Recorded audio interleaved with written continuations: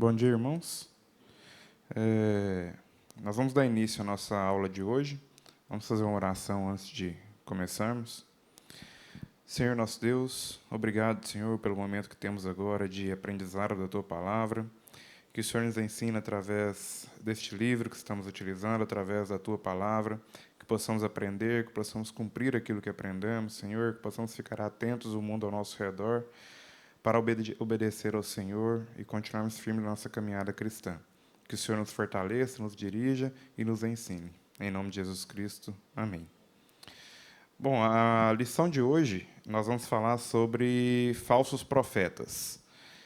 E hoje em dia, por mais que a gente pense na palavra profeta, e isso da época de Cristo e tal, tudo que aconteceu na época de Cristo, nós vamos passar por alguns pontos aqui, mas hoje também isso acontece. Hoje também nós temos falsos profetas no nosso meio, hoje também nós temos pessoas, às vezes, se dizem bem intencionadas em relação à palavra de Deus, mas que acabam por cometer falhas, e essas falhas trazem prejuízos à vida cristã de muitas pessoas, e nós vamos, no decorrer dessa lição, aprender um pouco sobre isso. O autor ele inicia esse tema falando assim: muitos pregadores têm oferecido uma esperança falsa para os pecadores, pois os fazem pensar que serão salvos apesar de continuarem rebeldes contra Deus. Grandes multidões têm sido atraídas para muitas igrejas em busca de milagres e soluções urgentes para seus problemas. E aí ele passa a discorrer três problemas que ele identifica a partir dessas vidas desses falsos profetas e que acabam afetando a igreja de Deus. Então, o primeiro ponto que ele traz é falando sobre estreito é o caminho. E ele usa o texto de Mateus 7, de 13 a 14. Os irmãos não precisam abrir, eu vou ler. Entrai pela porta estreita, largue a porta e espaçoso o caminho que conduz para...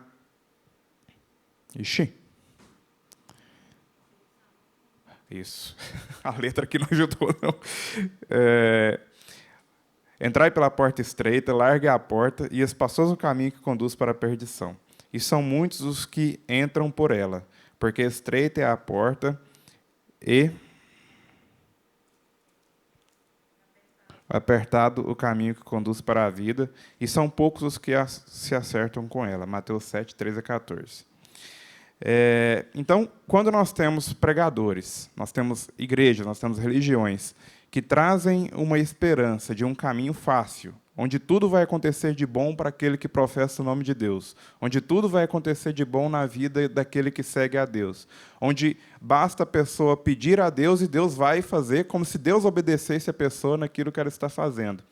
Quando a pessoa pode declarar o que ela quer, eu declaro que tal pessoa vai ser curada, eu declaro que tal bênção vai ser recebida na minha vida, seja bênção financeira, seja bênção de cura, seja uma oportunidade de trabalho, enfim, inúmeras possibilidades que essa pessoa pode querer, e basta, num simples toque de mágica, ela declara que isso vai acontecer, que Deus vai ajudar ela, e tudo vai ser resolvido. Então, alguns dos falsos profetas que a lição traz, e isso nós vemos claramente, basta a gente ligar a televisão um pouco, e nós vamos ver que existem várias igrejas, várias pessoas que estão com igrejas lotadas de gente, tratando desse tema e falando dessa forma aos cristãos, trazendo um falso ensinamento, trazendo para ele uma forma errada de pensar, sobre quem é Deus e qual a função de Deus na nossa vida, e achando que Deus é um simples servo das nossas vidas, onde tudo aquilo que nós pedimos Ele vai obedecer da forma como nós queremos, quando nós queremos e onde nós quisermos. E um ponto que o autor traz é que o caminho largo de vantagens pessoais, ele é um caminho, além de errado, por todos esses pontos que nós citamos, ele ainda é um caminho que conduz a pessoa a não ter compromisso com Deus, que é uma das coisas que ele exige. Por quê? Porque se eu tenho um Deus que obedece ao que eu mando, que vai fazer tudo o que eu peço na hora que eu pedir, da forma como eu pedi, eu não tenho que ter dedicação para com esse Deus. Por quê? Ele está debaixo do meu querer. Então, se eu tenho um Deus que está debaixo do que eu peço, do que eu falo, do que eu declaro, não tem por que eu ter uma obrigação de serviço, uma obrigação de servir, uma obrigação de obediência a esse Deus. Na verdade, o papel de obediência foi revertido para Deus. Deus nos obedece. O que é extremamente errado pensar dessa forma. E aí, em Mateus 7,15, Jesus vai dizer assim: acautelai-vos dos falsos profetas, que se vos apresentam disfarçados de ovelhas, pois por dentro são lobos roubadores. Eles se apresentam como ovelhas, ou seja, pessoas que, às vezes, quando nós olharmos de longe, nós vamos pensar que são pessoas de fato comprometidas com a palavra de Deus, de fato pessoas cristãs, de fato pessoas que estão aqui propagando a palavra de Deus de forma correta, mas ao nós investigarmos a vida dessa pessoa, ao estarmos mais próximos dessas pessoas, nós vamos entender que, na verdade, não são pessoas que estão, de fato, falando de Deus, falando corretamente de Deus. São muitos os objetivos dessas pessoas, algumas com vontade de enriquecer, algumas simplesmente achando que está fazendo o correto sem estar fazendo, outras pessoas querendo, de fato, desviar pessoas da vida cristã e vão trazer falsos ensinamentos. Então, são muitas as coisas que fazem essas pessoas fazerem isso, e o fato é que hoje, quando nós olhamos, nós temos muitas pessoas que estão buscando a Deus, buscando em lugares errados, através dessas pessoas com ensinamentos errados. E aí, o autor diz assim: o Senhor Jesus nos deu um modo de identificá-los. Olhem para seus frutos. Está em Mateus 7, 16 a 21. Depois os irmãos podem ler. Mas o que hoje muitos, inclusive fruto dessa onda desses falsos profetas, que hoje se propaga é: não julgueis para que você não seja julgado. Enquanto o que Cristo diz é o seguinte: olhe para os frutos daquele que está te ensinando. Olha o que essa pessoa está falando, olha como que a vida dela produz frutos, porque é impossível uma árvore ruim produzir frutos bons. Da mesma forma, é impossível uma árvore boa produzir frutos ruins. Você não vai ver um pé de limão dando laranja. Apesar de que o limão é muito parecido. Se você olhar de longe, talvez você vai achar que pode ser laranja. Mas na hora que você chegar perto, você vai ver que é limão. Então, quando você observa a vida, quando você observa o que essa pessoa faz, quando você observa o que essa pessoa ensina, não estando de acordo com a Bíblia, você não vai condená-lo, porque o papel de condenação é de Deus, mas você vai sim saber que é um falso profeta. Então, esse discurso do não julgueis para não ser julgados, nós temos que tomar cuidado também com isso, porque o cristão ele tem que estar atento sobre tudo, sobre as coisas que estão acontecendo, sobre o ensinamento que ele está recebendo, para ver se é verídico, para ver se provém de Deus ou se não provém de Deus, e a partir daí ele tomar as decisões de sua vida e saber de onde ele vai buscar o seu ensino, onde buscar o aprendizado da palavra de Deus. E outro ponto que ele traz é que também, apesar de existirem esses falsos profetas, esses mesmos falsos profetas podem ter sinais falsos. E Cristo vai alertar para isso em Mateus 7, de 21 a 23, eu vou ler. Nem todo o que diz Senhor, Senhor entrará no reino dos céus, mas aquele que faz a vontade de meu Pai que está nos céus. Muitos naquele dia hão de dizer-me: Senhor, Senhor, porventura nós não temos nós profetizado em teu nome, e em teu nome não expelimos demônios, e em teu nome não fizemos muitos milagres? Então lhes direi explicitamente: nunca vos conheci. Apartai-vos de mim, os que praticais a iniquidade. E aí, no dia do juízo, essas pessoas serão abertas, né? Elas serão informadas de que Cristo nunca os conheceu. Todos saberão que eles nunca foram verdadeiros profetas de Deus, ou nunca explanaram a palavra de Deus de forma correta. Mas há um ponto interessante, que quando Cristo vai citar, quando Cristo vai responder para eles que nunca os conheci, Cristo não negou que eles não faziam essas coisas. Ele falou: não, você não fez milagre no meu nome, não. Você não expeliu o demônio. Cristo não negou isso. Ou seja, de fato essas pessoas fizeram isso. E ainda assim Cristo diz: não, eu não conheço. Então, o que esse ponto traz? Esses falsos profetas, eles podem fazer sinais e maravilhas, sim. Eles podem fazer. Por dois motivos. Deus pode permitir que eles façam, para a condenação humana, ou o próprio Satanás pode fazer com que eles façam alguns desses sinais. E aí nós vamos ler isso um pouco mais para frente. Na verdade, agora. Não devemos esquecer que o próprio Satanás é perito em operar prodígios e sinais. A Bíblia tem anunciado que a manifestação do maligno será recheada de eventos sobrenaturais.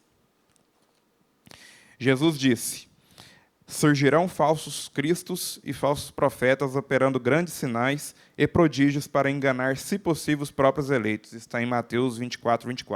Então, os sinais e prodígios dessas pessoas, eles serão tão parecidos, ou são tão parecidos, com o que de fato são operados por Deus, que até os eleitos poderiam ser enganados se fosse possível. Imagina pessoas que estão indo na sua própria vontade. Quando veem esses sinais sendo operados, para eles são maravilhas aos seus olhos. Então, é muito fácil converter o pensamento dessas pessoas para, não, eu vi aquela pessoa operando milagre, então aquilo lá é correto. Eu vi um demônio sendo expulso naquela igreja lá, então, se eles expulsam demônios, então eles são corretos. E o que Jesus traz é o contrário. Esses sinais aconteceriam para que, se possível, até os eleitos fossem enganados e desviados do seu caminho. O aparecimento do iníquo é segundo a eficácia de Satanás, com todo o poder, sinais, prodígios e mentiras. Isso está em 2 Tessalonicenses 2:9. Então, falando de sinais, nós temos falsos profetas que conseguem operar sinais, que conseguem operar maravilhas, mas que no dia do juízo final, Cristo vai virar para eles e falar: olha, eu nunca conheci vocês. Apesar de vocês terem feito tudo isso, eu nunca conheci. Vocês não fizeram isso em meu nome, ou não foi através do meu poder que vocês fizeram isso. E o segundo ponto que nós vamos entrar agora é o papel das provações. Por quê? Porque muitas vezes esses falsos profetas dizem que os cristãos não vão passar por provações. E atribuem as provações que os cristãos passam ao poder de Satanás. Então, se um cristão está enfermo, é Satanás que está agindo. Se um cristão está passando por dificuldade financeira, é Satanás que está agindo. Se morre algum ente querido na família, é Satanás que está agindo. E nem sempre isso acontece. Nós temos vários textos na Bíblia que tratam que o cristão vai sim passar por dificuldade. O próprio Cristo falou isso, que no mundo nós teríamos aflições, mas era para nós termos bom ânimo, porque ele tinha vencido o mundo. Então, nós vamos passar, e quando a gente vê a vida de Paulo, por exemplo, tem um texto de Paulo que eu anotei aqui. Paulo, depois de convertido, ele ficou... A Bíblia não trata especificamente o que foi, mas ele trata como um espinho na carne. Alguns falam que ficou com alguma dificuldade na visão, já vi gente falando que é dificuldade na fala. Enfim, a Bíblia não traz certamente o que é. Trata de um espinho na carne. E ele pediu várias vezes a Deus para que isso fosse retirado dele, e até que Deus respondeu: olha, a minha graça te basta. Ou seja, você vai continuar com isso aí. Se fosse em tempos de hoje, talvez nós teríamos pessoas: não, isso é o demônio que colocou isso aí em você, Paulo. Porque Deus, o servo de Deus, ele não vai passar por isso. O servo de Deus, Deus tira o espinho, basta você decretar aí, fala que Deus vai tirar agora em nome de Jesus e vai sair. E aí Paulo escreve assim: 5 vezes recebi dos judeus uma quarentena de açoites menos 1. Fui 3 vezes fustigado com varas. 1 vez apedrejado. Em naufrágio, 3 vezes. 1 noite e 1 dia passei na varoagem do mar. Em jornadas, muitas vezes. Em perigos de rios, em perigos de salteadores, em perigos entre patrícios, em perigos entre gentios, em perigos na cidade, em perigos no deserto, em perigos no mar, em perigos entre falsos irmãos, em trabalhos e fadigas, em vigílias, muitas vezes, em fome e sede, em jejum, muitas vezes, e em frio e em nudez. Isso está em 2 Coríntios 11:25. Então, se nós temos Paulo, um servo de Deus, assim, exemplo para nós hoje, e se ele sofreu tudo isso, que dirá nós? O que nós podemos falar que Deus jamais vai deixar a gente sofrer alguma coisa? Vamos olhar as mortes dos profetas. Muitos deles crucificados, outros apedrejados, outros na fogueira, alguns crucificados de cabeça para baixo, uma das piores mortes que existem. Como nós, na nossa condição, também de servos de Deus, podemos virar para Deus e falar: eu decreto que isso não vai acontecer comigo. Ou eu decreto que não, é fome, eu não vou passar. Ou eu decreto que não posso passar por alguma enfermidade na família.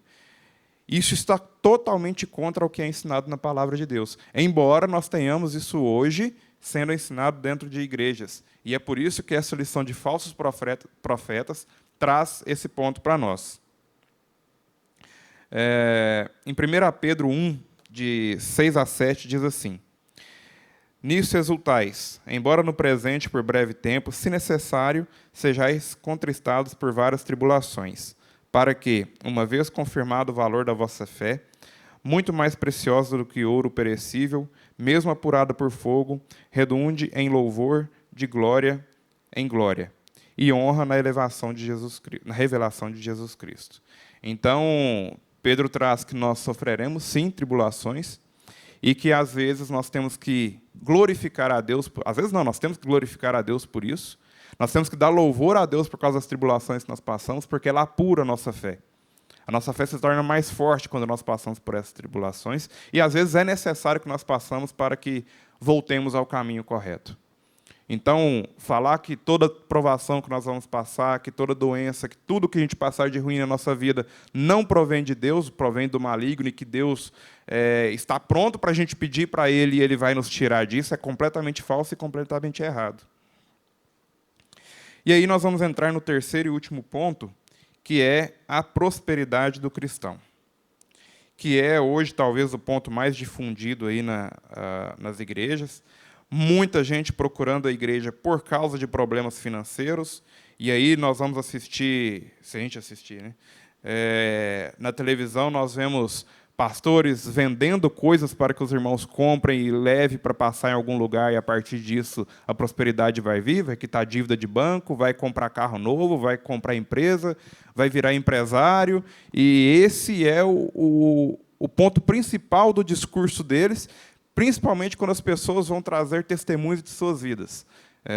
Nessas igrejas, se você for observar o que as pessoas trazem de testemunho, dificilmente, para não dizer que nunca, mas dificilmente você verá alguém trazendo testemunho de que foi salvo. A salvação é o que menos importa. É o que menos ele vai falar. Eu fui salvo e por isso eu dou glória a Deus. Que, na verdade, é o maior presente de Deus para nós, que nós não merecíamos, que é a nossa salvação. Mas nesses discursos nós vamos ver pessoas que estão extremamente felizes porque conseguiram quitar alguma dívida, porque conseguiram sair de uma dívida enorme e se tornarem empresários bem-sucedidos, que a partir daí ele consegue ter uma vida muito boa, consegue ter uma vida muito boa com a esposa, tudo girando em torno da riqueza, tudo girando em torno da quantidade de finanças boas que ele tem, do seu trato financeiro que melhorou bastante através de uma consultoria evangélica. E o papel da igreja, o papel do mestre, jamais é esse. E é por isso que a Bíblia trata, e nós tratamos também, como falsos mestres aqueles que tentam trazer esse tipo de ensinamento. Que nós podemos reduzir Deus a um patamar de recebedor de pedidos, que Ele vai nos ajudar financeiramente, para que a gente possa ter qualidade de vida boa, e a partir disso eu possa, sim, ser um seguidor de Deus. Se eu conseguir ter uma qualidade de vida financeira boa, eu posso ser alguém que serve a Deus. Enquanto o que a Bíblia traz é completamente oposto a isso. Nós vemos aqui recentemente que quando o jovem rico chega para Cristo e pergunta o que ele precisa fazer, ele já obedecendo tudo aquilo que Cristo fala para obedecer, Cristo fala para ele vender tudo que ele tinha, e daí então ele começa a seguir a Cristo. Claro que isso não é doutrina, nós não vamos falar que todo mundo precisa vender tudo que tem, todo mundo precisa ser pobre para seguir a Cristo. Não é doutrina isso. O próprio Paulo vai citar em uma de suas cartas que existem ricos, ele fala aos ricos da fé, aos ricos que permanecem em alguma cidade, tomar cuidado para que não se ensoberbeça por causa da sua riqueza, ou seja, é possível ter pessoas com condições financeiras completamente. É possível ter pessoas com condições financeiras. Mas esse não é o principal da fé do cristão. E não é possível nós termos um verdadeiro mestre, um verdadeiro profeta de Deus, um verdadeiro pastor, que instigue as pessoas a buscarem somente isso. Ou que instigue a pessoa a buscar ser rico. Porque nós não temos que buscar ser rico. A nossa maior busca é por obediência a Deus depois de nós termos sido salvos. E em Mateus 8:20, o autor diz assim: Jesus nasceu numa manjedoura, viveu sua vida na extrema simplicidade, se relacionou com pessoas pobres, viveu alheio dos redutos do poder e do conforto, não tendo, segundo, nas palavras dele mesmo, onde reclinar a cabeça, que é o que está escrito em Mateus 8:20. O Filho de Deus não tinha onde reclinar a cabeça. Então, quando nós vemos os ensinamentos de Jesus para seus discípulos, na verdade o ensinamento esses discípulos teriam que largar a vida deles, largar a vida financeira deles para que pudessem seguir a Cristo. Quando nós vemos o ensinamento de Paulo, Paulo era um renomado dentro da cultura judaica e dentro da cultura romana. E ele tem que abandonar tudo isso para poder seguir a Cristo.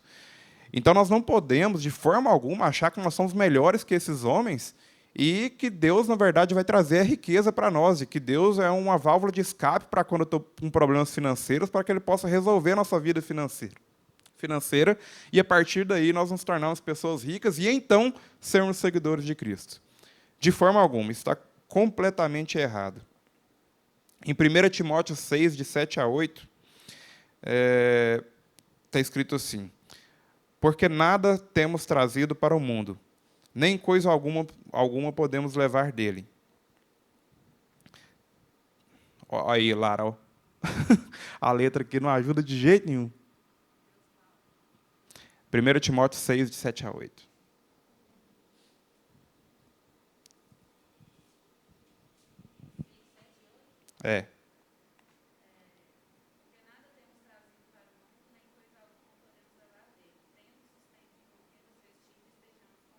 Tendo sustento e com que nos vestir, estamos contentes. Então, Paulo vai dizer o seguinte: ao invés de buscar essas riquezas, ao invés de buscar se enriquecer, se você tiver o que comer, o que vestir, esteja feliz por isso. Seja grato a Deus por ter tudo isso. Porque não é de nós, não é papel nosso buscar a riqueza, não é papel de Deus nos dar riqueza, e não é papel do cristão ficar lamentando não ter essa riqueza. Então, se você tem o que comer e o que vestir, estais contente nisso. Agradeça a Deus por isso. Por fim, irmãos, o autor diz assim: devemos estar preparados para enfrentarmos os perigos espirituais que surgem em nossa caminhada cristã. O diabo fará de tudo para nos enganar, às vezes usando a própria religião. Precisamos sempre lembrar que o caminho é estreito, que as provações fazem parte da caminhada e que o amor aos bens terrenos nos afasta de Deus. Então, meus irmãos, todo ensinamento que nós recebermos, é prudente nós verificarmos na Bíblia, verificarmos na palavra de Deus se tem fundamento na palavra de Deus, que é o nosso guia de fé e prática. Estando dentro da palavra de Deus, vejamos a vida dessa pessoa que nos traz ensinamento, se tem bons frutos, se ele vive aquilo que ele prega, para que então nós possamos acreditar nesse profeta ou nesse mestre. Porque hoje nós vemos são muitas pessoas que estão sendo arrastadas para religiões falsas, muitas pessoas sendo arrastadas para igrejas falsas, muitas pessoas sendo arrastadas por falsos profetas, por falsos pastores, que ensinam aquilo que não é verdade e que atrapalham a vida cristã daquelas pessoas. Claro que, se uma pessoa for salva, se ela é eleita, Deus vai buscar essa pessoa, mas nós vemos pessoas que vão cegas para esse tipo de religião, achando que estão, porque fala de Deus, achando que estão indo para o caminho correto e que, na verdade, não estão. Então, cabe o nosso papel ensinar também essas pessoas, buscar, gastar tempo com essas pessoas para que elas possam aprender o caminho correto e, da nossa parte, analisar tudo aquilo que nós aprendemos também para que a gente não possa cair nesse erro. Vamos orar mais uma vez. Senhor, nós somos gratos, Senhor, porque temos livre acesso à Tua palavra. Nos ensina, Senhor, nos dê discernimento para verificarmos tudo aquilo que é ouvido, que é falado, e possamos saber aquilo que é verdadeiro, aquilo que vem de Ti. Que possamos, a partir disso, meu Deus, entendermos a forma correta de andar nos seus caminhos, a forma correta de obediência ao Senhor. Buscarmos aquilo que é verdadeiramente necessário, meu Deus, que é a obediência ao Senhor, que é a explanação da Tua palavra a todas as nações, e que o Senhor nos fortaleça nisso. Em nome de Jesus Cristo, amém.